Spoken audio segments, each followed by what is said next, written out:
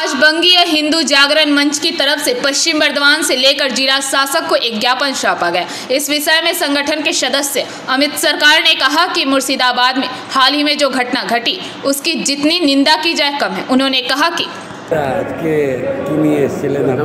नमस्कार, আপনারা জানেন বঙ্গীয় হিন্দু জাগরণ মঞ্চের তরফ থেকে আজকে আমরা ডিএমকে একটা স্মারকলিপি দিতে এসেছি।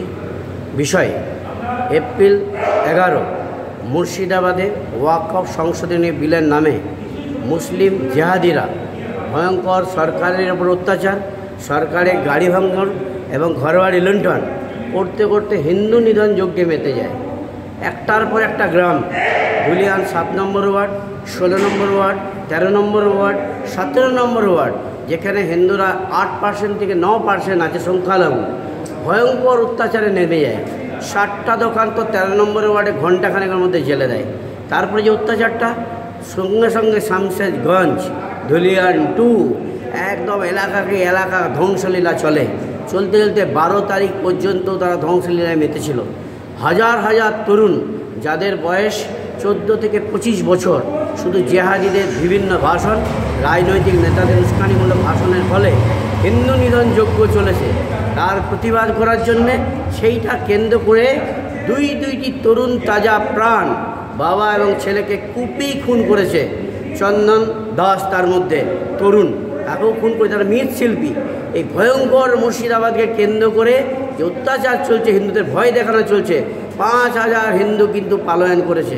যারা মালদাতে আছে, কিছু ঝাড়খণ্ডে চলে এসেছে। এই ভয় খাইয়ে এখানে হিন্দুকে শূন্য করার প্ল্যানিং চলছে, যেটা বাংলাদেশে 5ই আগস্ট দেখেছি।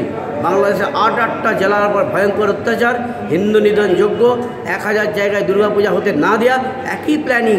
দুর্গা মন্দির লুণ্ঠন করেছে, কালী মন্দির লুণ্ঠন করেছে, শিব মন্দির লুণ্ঠন করেছে, ভারত সেবার সঙ্গে মিলন মন্দির ভাঙচুর করেছে। এই মুর্শিদাবাদে ভয়ঙ্কর অত্যাচারের তীব্র প্রতিবাদ করার জন্যে আমরা ডিএম সাহেবের কাছে স্মারকলিপি দিলাম।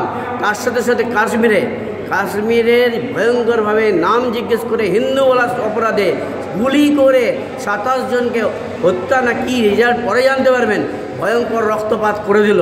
তাই পহলগামের বিষয় নিয়েও আজকে কিন্তু আমরা ডিএম সাহেবকে জানিয়েছি, তাড়াতাড়ি তাদের সুবিচার চাই।